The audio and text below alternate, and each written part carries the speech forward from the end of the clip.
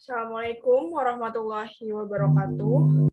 Eh, Pada pertemuan kali ini, kami dari kelompok 6 akan membahas mengenai akad hiwalah, di mana materi kita yaitu hari ini adalah hiwalah dalam transaksi jual beli ayam. Anggota kelompoknya terdiri dari saya sendiri, Anissa Fikri, dan Ranita Popi Agustin. Untuk pembahasan pertama akan dibahas oleh rekan saya, Ranita Popi Agustin. Dipersilakan. Baik, terima kasih kepada Nisa.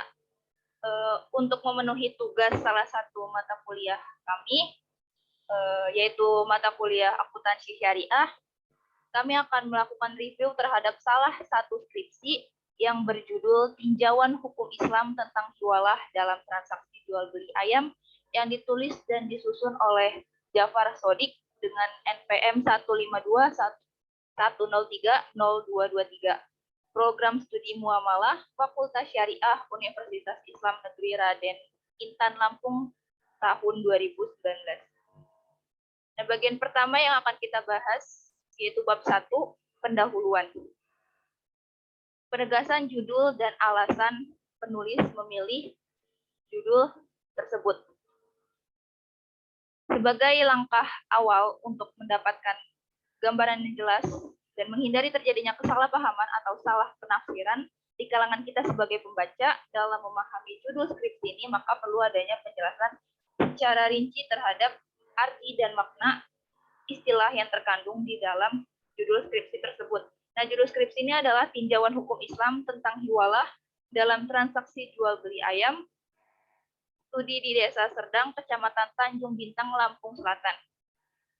Di dalam judul ini ada beberapa kata yang perlu ditegaskan lagi oleh penulis, yaitu yang pertama ada tinjauan, yang berarti hasil meninjau pandangan pendapat. Tinjauan dalam skripsi ini adalah ditinjau dari pandangan hukum Islam. Lalu yang kedua ada kata hukum Islam yang berarti ketetapan yang telah ditentukan oleh Allah Subhanahu wa taala berupa aturan, baik itu hal yang diperbolehkan ataupun larangan bagi umat Islam. Lalu ada kata hiwalah yang berarti pengalihan utang atau piutang dari orang yang berhutang atau berpiutang kepada orang lain yang wajib menanggungnya atau menerimanya. Selanjutnya ada transaksi, merupakan persetujuan jual beli antara dua pihak dalam suatu perdagangan. Lalu ada kata jual beli, adalah suatu perjanjian tukar menukar barang atau barang dengan uang dengan melepaskan hak milik dari yang satu untuk yang lainnya. Dan yang terakhir ada kata ayam, adalah sejenis unggas yang pada umumnya tidak dapat terbang, tapi dapat dijinakkan dan juga dapat dipelihara. Nah, berdasarkan beberapa pengertian tersebut, dapat dijelaskan bahwa maksud judul penelitian ini adalah melakukan tinjauan hukum Islam tentang hiwalah yang mengalihkan utang kepada orang lain dalam transaksi jual beli ayam studi di Desa Serdang, Kecamatan Tanjung Bintang, Lampung Selatan. Lalu alasan penulis memilih judul tersebut adalah yang pertama ada alasan objektif. Terjadinya praktik hiwalah yang dilakukan oleh masyarakat Desa Serdang, Kecamatan Tanjung Bintang, baik itu hiwalah dalam jual beli maupun hiwalah pada umumnya. Sehingga penulis tertarik untuk meneliti lebih lanjut karena penelitian ini dianggap perlu untuk dianalisis dari sudut pandang hukum Islam mengenai hiwalah dalam transaksi jual beli ayam. Lalu yang kedua ada alasan subjektif, di mana penulis guna mendapatkan gelar di Fakultas Syariah dan juga kajian yang berhubungan dengan hiwalah dalam transaksi jual beli ayam ini belum banyak yang mengkajinya, serta objek kajian juga sesuai dengan disiplin ilmu yang penulis pelajari di bidang muamalah Fakultas Syariah Universitas Islam Negeri Raden Intan Lampung. Selanjutnya adalah latar belakang masalah. Pada hakikatnya manusia adalah makhluk sosial. Manusia sebagai makhluk sosial membutuhkan orang lain untuk kelangsungan hidupnya. Berbagai cara dilakukan oleh manusia agar bisa memenuhi kebutuhan yang diinginkan. Salah satu caranya adalah dengan berhutang antara satu sama lain. Nah, baik berhutang dalam jual beli ataupun berhutang uang untuk membeli. Hutang piutang merupakan salah satu contoh muamalah yang diperbolehkan dalam Islam. Pada dasarnya hukum hutang piutang adalah sunnah, tetapi bisa berubah menjadi wajib apabila orang yang berhutang sangat membutuhkannya. Nah, dalam hutang piutang, Islam menganjurkan untuk segera melunasi. Karena bagi orang yang suka menunda-nunda atau enggan membayar hutang ataupun piutang tersebut, padahal ia mampu untuk membayarnya, maka ia ada termasuk orang yang zalim dan akan mendapatkan dosa besar besar. Namun, ada toleransi dan kemurahan bagi orang yang berutang dapat mengalihkan utangnya kepada pihak lain. Nah, hal tersebut dinamakan dengan hiwalah, di mana hiwalah adalah pemindahan hak atau kewajiban yang dilakukan seseorang pihak pertama kepada pihak kedua untuk menuntut pembayaran utang dari atau membayar utang kepada pihak ketiga. Karena pihak ketiga berutang kepada pihak pertama dan pihak pertama berutang kepada pihak kedua, mungkin saja pihak pertama berutang kepada pihak ketiga dan pihak kedua berutang kepada pihak pertama. Baik itu pemindahan atau pengalihan itu dimaksudkan sebagai ganti pembayaran maupun tidak. Nah, praktik hiwalah yang terjadi di desa Serdang yaitu hiwalah yang dilakukan dalam transaksi jual beli ayam, di mana ada seorang broker ayam dan juga pakan ternak di desa Serdang membeli ayam kepada peternak dengan cara berutang. Maka dari itu, broker memiliki utang kepada peternak, tetapi pembayaran utang dengan cara berutang. Maaf, saya ulangi. Maka dari itu, broker memiliki utang kepada peternak, tetapi pembayaran utang tersebut dihiwalahkan kepada orang lain.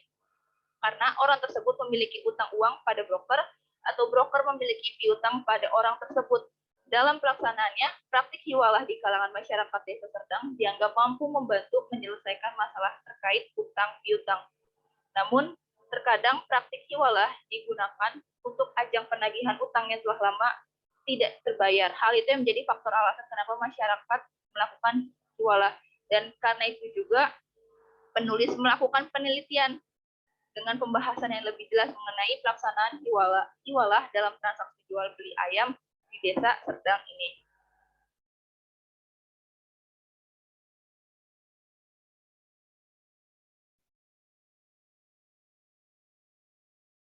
Selanjutnya adalah rumusan, tujuan, dan signifikansi penelitian. Nah, berdasarkan uraian dari latar belakang masalah sebelumnya, ada permasalahan yang timbul yang akan dilakukan penelitian oleh penulisnya, yaitu yang pertama, bagian praktik hiwalah dalam transaksi jual beli ayam yang terjadi. Bagaimana praktik hiwalah dalam transaksi jual beli ayam yang terjadi di desa Serdang? Lalu yang kedua, apakah hiwalah dalam transaksi jual beli ayam yang terjadi di desa Serdang dibolehkan dalam Islam? Dan tujuan yang ingin dicapai dalam penulisan skripsi ini yaitu yang pertama, untuk mengetahui bagaimana praktik hiwalah dalam transaksi jual beli ayam di desa Serdang. Lalu yang kedua, untuk mengetahui bagaimana pandangan hukum Islam mengenai permasalahan hiwalah dalam transaksi jual beli ayam di desa Serdang. Signifikansi atau manfaat yang diharapkan penulis dalam melakukan penelitian ini diantaranya yang pertama adalah secara teoritis, peneliti ingin nantinya penelitian ini diharapkan mampu memberikan pemahaman kepada masyarakat mengenai hiwalah dalam transaksi jual beli. Serta penelitian ini dianggap bermanfaat karena dapat menambah wawasan dan juga pengetahuan masyarakat mengenai permasalahan hiwalah dalam jual beli ayam. Lalu yang kedua, secara praktis, untuk memenuhi tugas akhir dan mendapatkan gelar SH, sarjana hukum pada Fakultas Syariah Universitas Islam Negeri UIN Raden Intan Lampung. Selanjutnya ada metode penelitian. Yang pertama, jenis dan sifat penelitian. Nah, jenis penelitian dalam skripsi ini digolongkan sebagai penelitian field research, yaitu penelitian yang langsung dilakukan di lapangan atau pada responden. Lalu yang kedua, ada sifat penelitian. Nah, penelitian ini bersifat deskriptif kualitatif, di mana data yang dikumpulkan berupa kata-kata, gambaran, dan bukan angka-angka. Nah, dalam penelitian ini akan dijelaskan mengenai praktik hiwalah dalam transaksi jual beli ayam, kemudian dijelaskan pandangan hukumnya terhadap kejadian konteks tersebut. Yang kedua adalah sumber data, melalui data primer dan juga sekunder. Data primer adalah data yang diperoleh langsung dari sumbernya, diamati dan dicatat untuk pertama kalinya. Sumber data yang utama yaitu masyarakat yang melakukan praktik hiwalah dalam transaksi jual beli ayam. Yang kedua, ada data sekunder. Data yang didapatkan dari pihak tangan kedua biasanya diperoleh melalui badan atau instansi yang bergerak dalam proses pengumpulan data, baik melalui buku, jurnal, data yang ditulis oleh tokoh lain, dan juga judul-judul skripsi yang berkaitan dengan judul skripsi yang dimaksud ini. Selanjutnya adalah prosedur pengumpulan data yang dilakukan dengan cara interview atau wawancara dan juga dokumentasi. Nah, wawancara adalah proses penelitian yang berlangsung secara lisan, di mana ada 2 orang atau lebih saling bertatap muka dan mendengarkan secara langsung informasi dan keterangan. Wawancara dilakukan untuk mendapatkan informasi secara langsung kepada pihak yang terkait, seperti muhil, muhal, dan muhal alai. Lalu yang kedua adalah dokumentasi, cara untuk mendapatkan data-data dengan mendata arsip dokumentasi yang ada di tempat atau objek yang sedang diteliti. Selanjutnya adalah populasi dan sampel, di mana populasi dalam penelitian ini adalah masyarakat di Desa Serdang Kecamatan Tanjung Bintang yang berprofesi sebagai peternak dan broker yang berjumlah 42 orang. Sedangkan sampelnya adalah jumlah masyarakat yang melakukan praktik jualan dalam transaksi jual beli ayam ini berjumlah 12 orang. Maka sampelnya itu adalah 12 masyarakat Desa Serdang Tanjung Bintang yang berprofesi sebagai peternak dan juga broker. Selanjutnya adalah metode pengolahan data. Yang pertama, pemeriksaan data atau editing, di mana untuk menghilangkan kesalahan yang terdapat dalam pencatatan lapangan dan juga sifatnya mengoreksi sehingga kekurangan yang ada bisa dilengkapi dan juga diperbaiki. Lalu ada rekonstruksi data, yaitu menyusun ulang data secara teratur, logis dan berurutan sehingga mudah dipahami dan juga diinterpretasikan. Lalu yang ketiga ada sistematisasi, yaitu menempatkan data menurut kerangka sistematika bahasan berdasarkan urutan masalah. Selanjutnya adalah metode analisis data yang digunakan dalam penelitian ini disesuaikan dengan kajian penelitian, yaitu mengenai tinjauan hukum Islam tentang praktik jualah dalam transaksi jual beli ayam. Nah, setelah data-data terkumpul, kemudian akan dikaji menggunakan analisis secara kualitatif berupa suatu prosedur yang menghasilkan data deskriptif, yaitu suatu gambaran penjelasan secara logis dan sesuai sasaran permasalahan. Nah, dari hasil tersebut, maka bisa ditarik kesimpulan yang merupakan jawaban atas dari permasalahan yang diangkat dalam penelitian ini dengan menggunakan cara berpikir deduktif. Selanjutnya, kita masuk ke bab 2, ada kajian teori. Yang akan dibahas pertama di sini adalah kegiatan jual beli, di mana kegiatan jual beli adalah suatu perjanjian tukar menukar benda atau barang yang mempunyai nilai secara sukarela di antara kedua belah pihak. Yang satu menerima benda dan pihak lain menerimanya sesuai dengan perjanjian atau ketentuan yang telah digunakan syarat atau dan disepakati. Sesuai dengan ketetapan hukum, maksudnya adalah memenuhi persyaratan-persyaratan, rukun-rukunnya, dan juga hal-hal lain yang ada kaitannya dengan jual beli. Sehingga bila syarat-syarat dan rukunnya tidak terpenuhi, berarti tidak sesuai dengan kehendak syarak. Selanjutnya ada dasar hukum jual beli, di mana berdasarkan surat Al-Baqarah ayat 275, yang artinya Allah telah menghalalkan jual beli dan mengharamkan riba. Nah,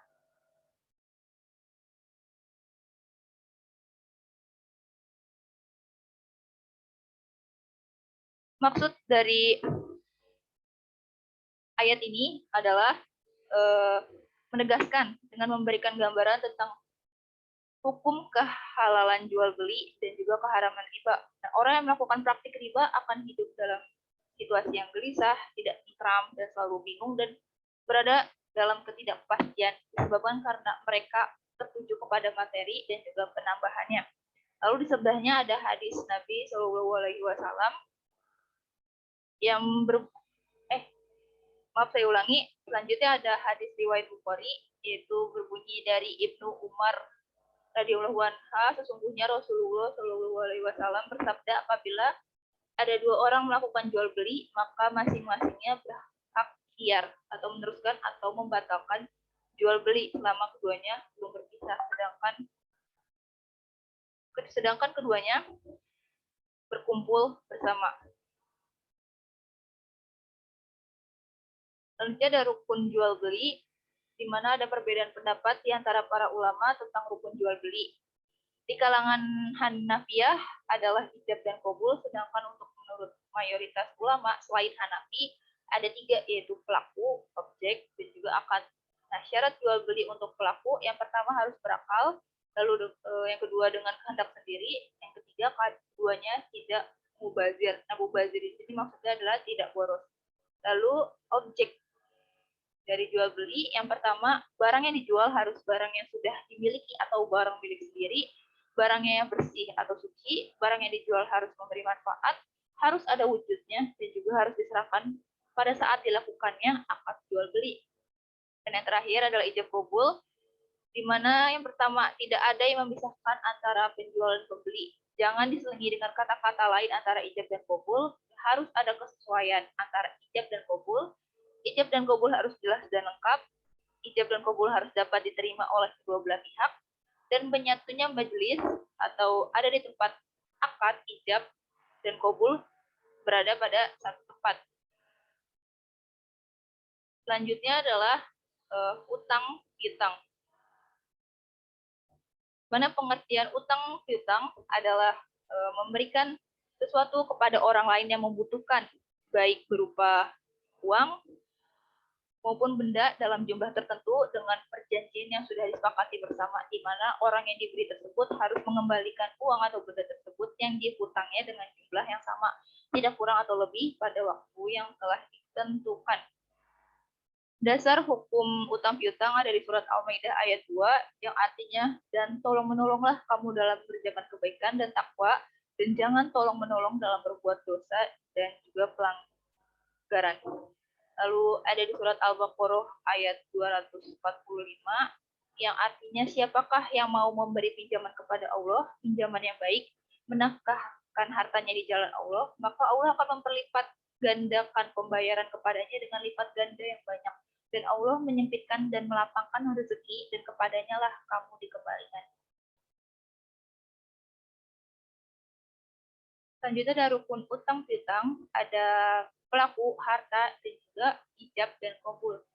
Syarat piutang untuk pelaku yaitu orang yang mampu mengelola hartanya sendiri secara mutlak dan bertanggung jawab, balik, berakal, serta cakap bertindak dalam hukum.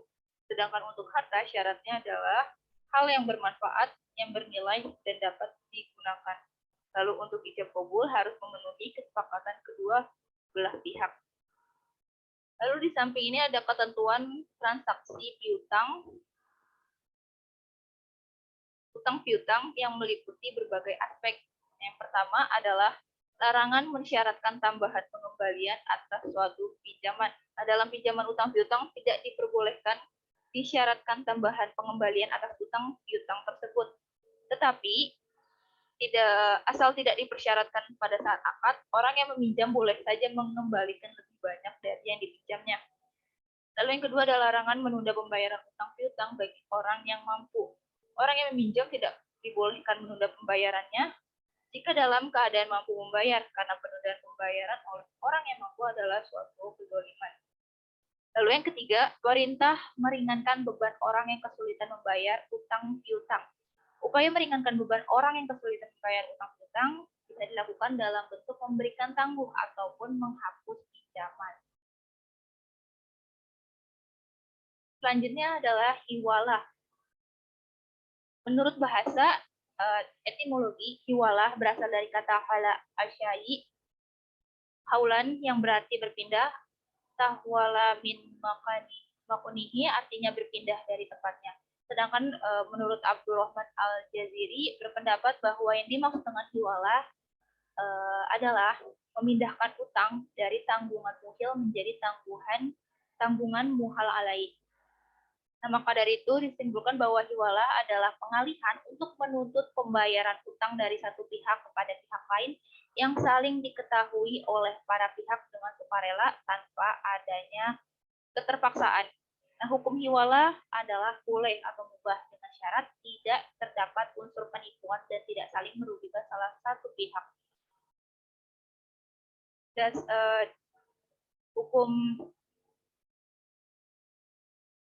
dasar hukum dari hiwalah yaitu hadis riwayat Bukhari yang berbunyi dari Abi Hurairah radhiyallahu anhu, menunda-nunda pembayaran oleh orang kaya adalah penganiayaan, dan apabila salah seorang di antara kamu diikutkan atau dipindahkan kepada orang yang mampu, maka ikutlah.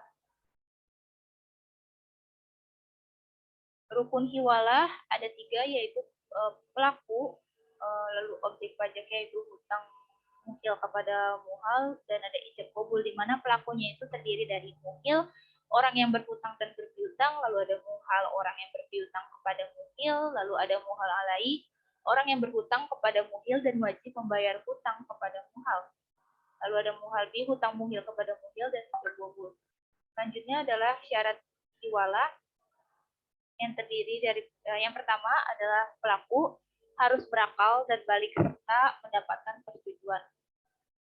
Lalu untuk muhalbi, sesuatu yang sudah dalam bentuk hutang piutang yang sudah pasti.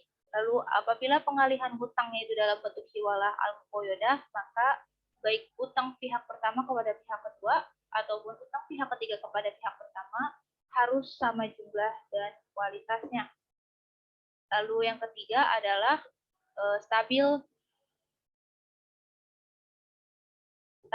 stabilnya utang. Terakhir adalah ijab qabul. Lalu selanjutnya adalah manfaat hiwalah. Manfaat hilawah yang pertama, memungkinkan penyelesaian utang dan piutang dengan cepat. Lalu yang kedua, tersedianya talangan dana untuk hibah bagi yang membutuhkan. Dan yang ketiga, dapat menjadi salah satu sumber pendapatan non-pembiayaan bagi bank syariah. Selanjutnya ada tinjauan pustaka, di mana ada beberapa sumber yang dimiliki oleh sang penulis terkait dengan penelitian yang dilakukannya. Yang pertama ada skripsi dari Anissa Nursusilowati, jurusan Perbankan Syariah Fakultas Ekonomi dan Islam UIN Raden Intan Lampung di tahun 2018 yang berjudul Analisis Manajemen Risiko Pembiayaan pada Produk Jasa Hawalah, studi pada BMT Al Hasanah Cabang Jatimulyo Lampung Selatan, di mana hasil dari penelitiannya adalah manajemen risiko dalam pembiayaan hiwalah adalah menggunakan proses analisis 5C1S, yaitu karakter, capacity, capital, collateral, condition, dan syariah. Dan untuk meminimalisir risiko dalam pembiayaan hiwalah yang diterapkan oleh BMT Al Hasanah Cabang Jatimulyo Lampung Selatan dengan cara identifikasi risiko, pengukuran risiko, pemantauan risiko, sistem informasi manajemen risiko, dan pengendalian risiko. Lalu yang kedua ada skripsi dari Lubna Lasiatul Farhan, jurusan Hukum Ekonomi Syariah Fakultas Syariah dan Hukum UIN Wali Songo Semarang tahun 2018 yang berjudul Penerapan Akad Hawalah dalam Transaksi Overkredit Mobil ditinjau berdasarkan Fatwa Dewan Syariah Nasional. Nah, adapun hasil dari penelitian tersebut ialah bahwa penerapan akad hawalah transaksi overkredit mobil di Kecamatan Sukahaji Kabupaten Majalengka tidak sesuai dengan rukun dan syarat akad berdasarkan Fatwa Dewan Syariah Nasional. Selanjutnya akan dipaparkan oleh rekan saya. Padanya dipersilakan.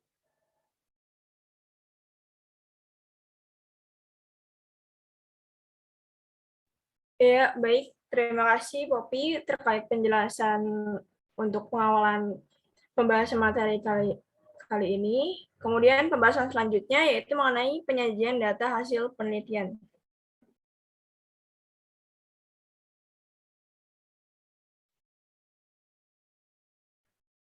Sedikit penjelasan mengenai tempat penelitian, yaitu Desa Serdang. Desa Serdang ini terletak di Kecamatan Tanjung Bintang, Kabupaten Lampung Selatan.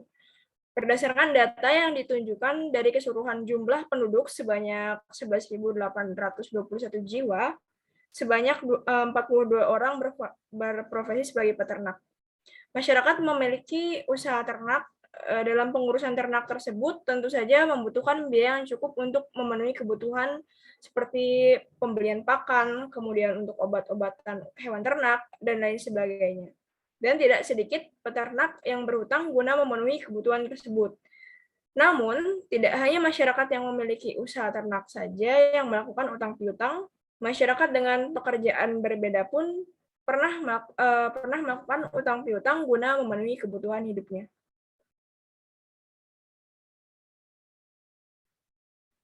Masyarakat Desa Serdang menganggap praktik hiwalah sudah menjadi hal yang lumrah. Pasalnya, praktik hiwalah ini dianggap mampu membantu menyelesaikan masalah terkait utang piutang Dengan adanya hiwalah, utang yang telah lama tidak dibayar bisa dibayar karena hiwalah. Praktik hiwalah di desa Serdang biasa dilakukan antara keluarga, tetangga, atau orang yang sama-sama saling mengenal. Biasanya pengalihan utang lebih banyak ke praktik hiwalah yang dilakukan dalam hutang piutang uang, tetapi ada juga yang terjadi dalam jual beli. Terkait praktik pengalihan utang atau hiwalah ini, yang terjadi di desa Serdang dilakukan wawancara terhadap masyarakat yang berprofesi sebagai peternak dan broker yang terlibat dan mengetahui secara langsung praktik tersebut. Next. Yang pertama yaitu wawancara dari Bapak Muladiono, yaitu peternak. Kedudukannya di sini sebagai muhal ya. Beliau sering memberi utang baik pada sesama peternak maupun broker. Utang diberikan pada saat ada yang membeli ayam dengan sistem DO. Ayam diantar terlebih dahulu dan pembayarannya dilakukan kemudian hari. Syarat dalam pembelian dengan sistem DO tersebut yang terpenting adalah niat untuk membayar lunas. Dalam pembayaran uang tersebut juga banyak yang melakukan pembayaran dengan dialihkan kepada orang lain. Pembayaran utang yang dalam pembayaran utang tersebut juga banyak yang melakukan pembayaran dengan dialihkan kepada orang lain. Pembayaran utang dengan pengalihan yang pernah terjadi yaitu ada broker yaitu Bapak Ahmad Rohani yang membeli ayam 260 ekor dengan harga 5.720.000. Tetapi broker itu akan membayarkan sebesar 6 juta. Apabila saya, yaitu Bapak Muladiono sendiri, mau menerima pembayaran utangnya dialihkan kepada orang lain, yaitu Bapak Parji. Kelebihan tersebut diperjanjikan karena ia harus menagihnya sendiri kepada orang yang menerima pengalihan. Dikhawatirkan akan disulit tertagih, namun ditawarkan imbalan terlebih dahulu. Perbedaan pembayaran utang jika utang tersebut dialihkan memang sering terjadi, bahkan sudah seperti kebiasaan jika mau mengalihkan utang terlebih dahulu menawarkan imbalan. Kemudian ada broker pakan ternak yaitu Bapak Ahmad Rohani yang di sini perannya sebagai muhil. Beliau pernah melakukan utang maupun piutang kepada konsumen yang kebanyakan adalah peternak. Uang yang diberikan kepada konsumen yaitu ketika para konsumen membeli kebutuhan untuk peternaknya, biasanya para peternak mengambil barang yang dibeli terlebih dahulu dan membayarnya dilakukan pada waktu yang berbeda. Banyak dari peternak yang melakukan pembayaran pada saat pembelian berikutnya. Pada saat itu, peternak melunasi pembelian sebelumnya, dan pada saat bersamaan, peternak membeli kebutuhan ternak dengan cara diutang. Ada juga yang pembayarannya ditunda, sehingga beberapa kali pembelian.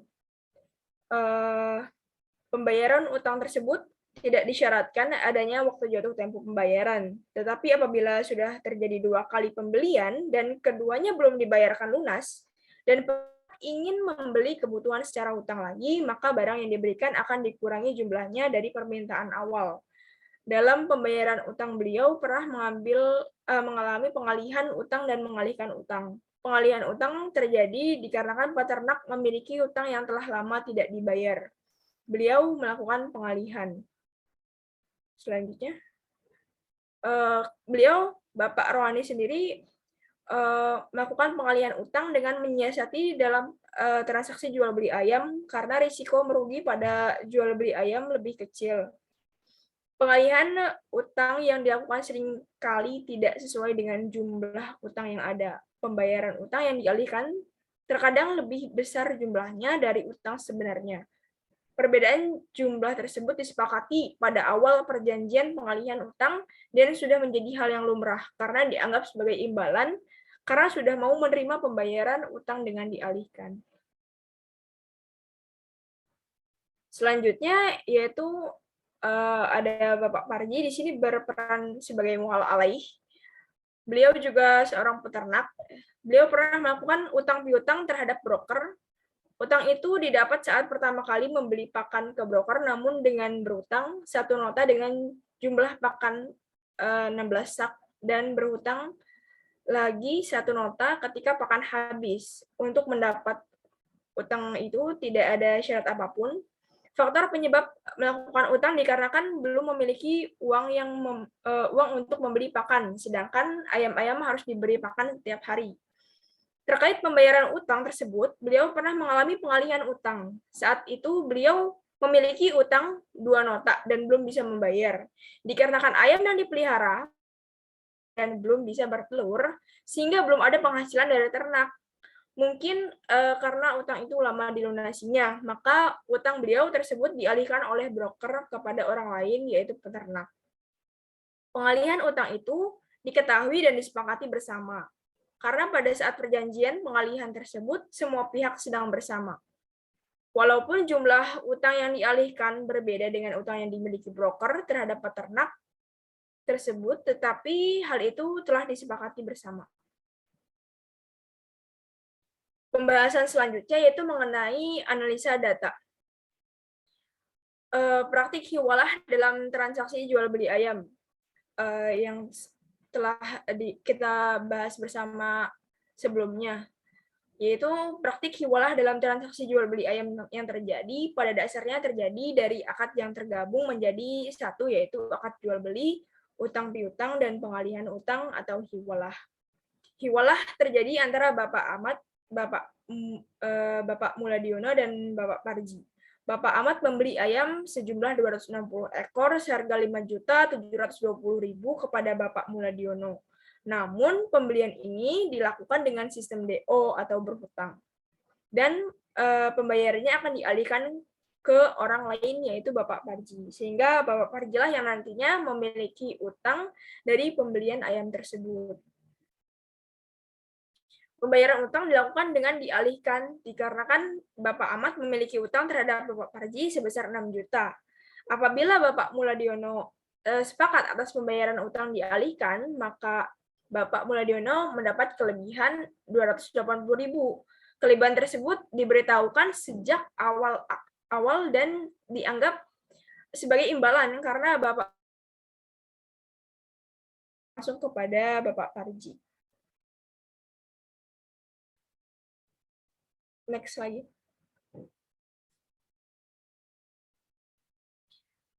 Kemudian tinjauan hukum Islam tentang hiwalah dalam transaksi ini, yaitu transaksi jual beli ayam.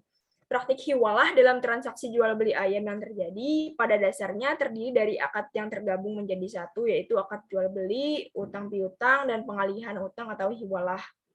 Akad-akad tersebut merupakan akad yang diperbolehkan dalam Islam. Hal ini sesuai dengan kaidah fikih yang menyatakan bahwa prinsip sesuatu dalam bidang muamalah adalah boleh sampai ditemukan dalil yang mengharamkannya. Muhil, muhal, serta muhal alaih dalam Islam disyaratkan sebagai orang yang cakap hukum dalam artian balik dan berakal, bukan anak kecil maupun orang gila, dan praktiknya hal tersebut sudah terpenuhi. Muhal, muhil, serta muhal alaih merupakan orang yang cakap hukum, balik, dan berakal. Hiwalah dilakukan atas persetujuan serta keridoan muhal dan muhil tanpa adanya persetujuan muhal alaih. Walaupun muhal alaih pada awalnya tidak mengetahui terjadinya hiwalah dan tidak adanya persetujuan dari muhal alaih pada saat awal akad, mazhab Syafi'i, Maliki, dan Hambali tidak mempermasalahkannya, sebab dalam akad hiwalah pihak ketiga dianggap sebagai objek akad. Apabila pengalihan utang itu dalam bentuk hiwalah al-muqayyadah, semua ulama fikih sepakat menyatakan bahwa baik utang pihak pertama kepada pihak kedua maupun utang pihak ketiga kepada pihak pertama mesti sama jumlah dan kualitasnya. Sebagaimana yang telah rekan saya jelaskan pada awal pembahasan materi ini, kemudian jika antara kedua utang tersebut terdapat perbedaan jumlah utang dalam bentuk uang atau perbedaan kualitas, yaitu utang dalam bentuk barang, maka hiwalah tidak sah. Tetapi apabila pengalihan itu dalam bentuk hiwalah al-mutlaqah, yaitu dalam mazhab Hanafi, maka kedua utang tersebut tidak mesti sama, baik jumlah maupun kualitasnya. Dilihat dari segi jenis atau macam-macam hiwalah, praktik hiwalah yang terjadi dalam transaksi jual beli ayam tersebut termasuk dalam hiwalah al-muqayyadah. Hiwalah al-muqayyadah merupakan pemindahan sebagai ganti dari pembayaran utang pihak pertama kepada pihak kedua. Hiwalah al-muqayyadah juga dapat dikatakan sebagai pemindahan bersyarat. Namun hiwalah al-muqayyadah pada satu sisi merupakan hiwalah al-dain atau pemindahan utang, dan di sisi lain sebagai hiwalah al-haq atau pemindahan hak. Jadi, dikarenakan hiwalah dalam transaksi jual beli ayam yang terjadi di Desa Serdang merupakan hiwalah al-muqayyadah, maka muhalbi yang ada belum sesuai dengan syarat sah terkait muhalbi, dan dapat dikatakan bahwasanya hiwalah tersebut tidak sah dikarenakan utang yang dimiliki pihak pertama kepada pihak kedua maupun utang pihak ketiga kepada pihak pertama tidak memiliki kesesuaian jumlah nominalnya. Walaupun rukun sudah terpenuhi, namun terkait syarat sah dari rukun tersebut ada yang tidak sesuai dengan syarat yang sudah ditetapkan. Maka hiwalah dianggap tidak memenuhi syarat sahnya hiwalah. Selain itu pula, perbedaan utang yang terjadi sudah diketahui pada saat akan terjadinya perjanjian utang dan pengalian utang. Perbedaan utang tersebut diperjanjikan sebagai imbalan. Sedangkan imbalan yang diberitahukan pada awal melakukan utang tidak diperbolehkan pula dalam Islam karena hal itu dikhawatirkan akan menuju pada riba. Yang terakhir yaitu mengenai penutup. Di sini berisi kesimpulan dan saran. Kesimpulannya, praktik hiwalah dalam transaksi jual beli ayam yang terjadi di Desa Serdang, Kecamatan Tanjung Bintang, biasa dilakukan oleh beberapa peternak dan broker. Hiwalah terjadi pada saat muhil membeli ayam kepada muhal. Jual beli itu dilakukan oleh muhil dan muhal dengan sistem DO, artinya ayam dikirim terlebih dahulu dan pembayarannya dilakukan di kemudian hari. Namun dalam praktiknya utang tersebut dialihkan kepada muhal alaih. Utang muhalbi yang timbul dari praktik jual beli ayam itu tidak memiliki kesesuaian jumlah dan nominalnya dengan utang yang dimiliki muhal alaih terhadap muhil. Akad tersebut dilakukan hanya atas kesepakatan muhil dan muhal alaih tidak mengetahui kesepakatan hiwalah tersebut. Saran mengenai kasus yang terjadi di Desa Serdang pada pembahasan tentang akad hiwalah ini, yaitu pertama, bagi masyarakat yang melakukan praktik hiwalah, hendaknya selalu berpedoman pada aturan-aturan yang telah ditetapkan oleh syariat Islam. Melakukannya dengan berlandaskan rasa tolong-menolong. Jangan lakukan hiwalah karena faktor mencari keuntungan, karena hal tersebut akan menuju pada praktik riba. Kemudian ada saran lainnya, yaitu untuk mencegah terjadinya risiko dalam praktik hiwalah, hendaknya masyarakat jangan menunda-nunda dalam pembayaran utang. Praktik hiwalah tidak terjadi dan tidak akan disalahgunakan bila utang tersebut terselesaikan sesuai akad. Dan yang terakhir, saran mengenai kasus praktik-praktik hiwalah yang telah dibahas tadi, yaitu mengusahakan bagi masyarakat untuk tidak lagi membiasakan berhutang yang menimbulkan pengalihan hutang atau hiwalah. Ya, sekian pemaparan yang telah dipaparkan oleh rekan saya di awal, yaitu Ranita Poppy Agustin, yang kemudian dilanjutkan oleh saya mengenai praktik kasus akad hiwalah dalam transaksi jual beli ayam di Desa Serdang ini. Mohon maaf apabila terjadi kesalahan, kemudian kekurangan dalam pembahasan materi pada kali ini. Kami mohon maaf yang sebesar-besarnya. Terima kasih. Wassalamualaikum warahmatullahi wabarakatuh.